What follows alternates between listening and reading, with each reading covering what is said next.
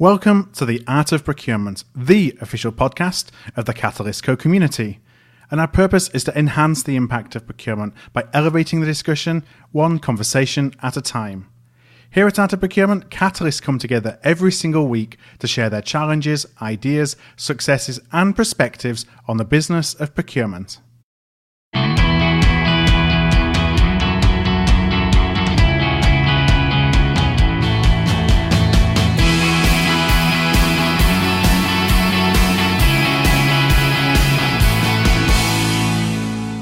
Hi there, I'm Philip Eitzen, and thank you for tuning in to the Art of Procurement today.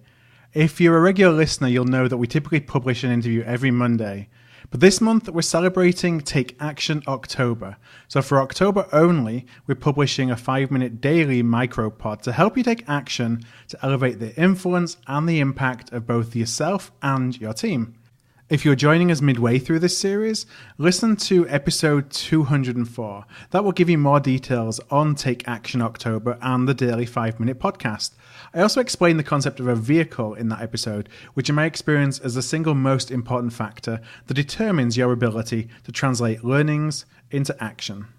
So in today's Take Action podcast, I'm going to share a clip from my conversation with Susan Grelling.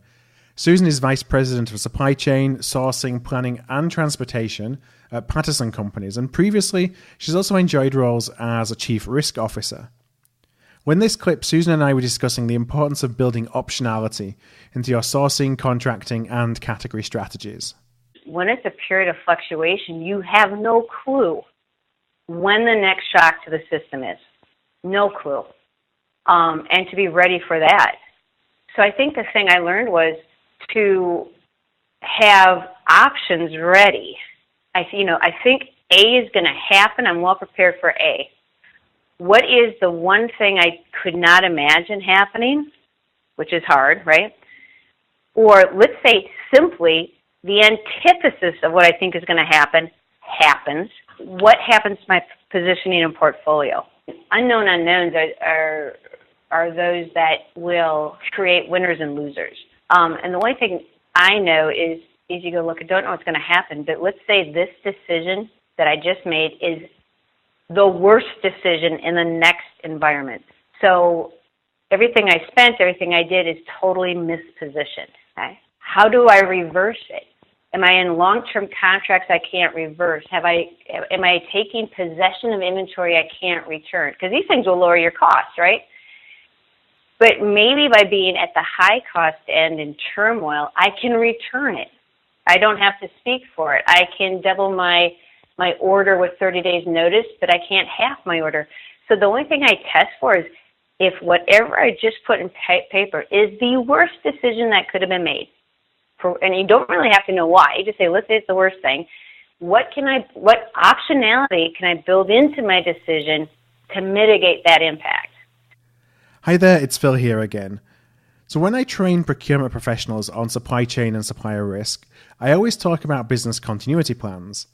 However, while I do cover them in the traditional sense, I want to share with you the idea of a category or subcategory level business continuity plan. So a business continuity plan at the category or subcategory level takes a much more holistic approach to considering risk, to identifying potential risks, also to developing mitigation plans. And in fact, as Susan and I actually talked about later in this interview that I took the clip from, turning risks into opportunity when you're able to factor in optionality helps you respond faster than your competition.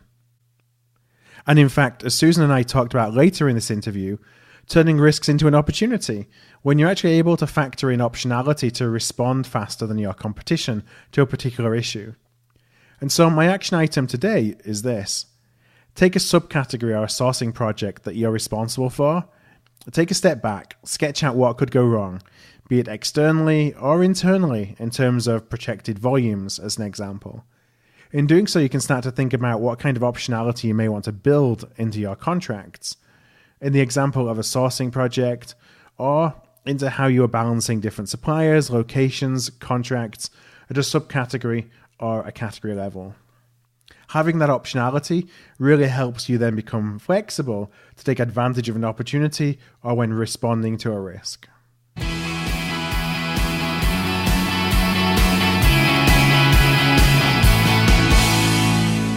Thanks for joining me for this special Take Action October podcast from the Art of Procurement. You can check out today's question by going to artofprocurement.com/takeaction2018.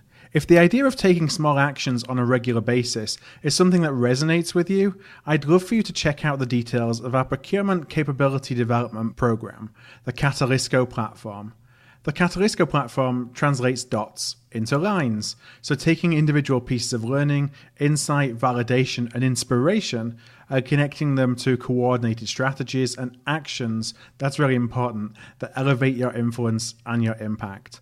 The Catalysco platform helps procurement professionals all around the world become truly trusted advisors. So if that's something that you would like to check out, visit artofprocurement.com/TCP. That's artofprocurement.com/TCP. And I'll be back again tomorrow with another Take Action October daily podcast.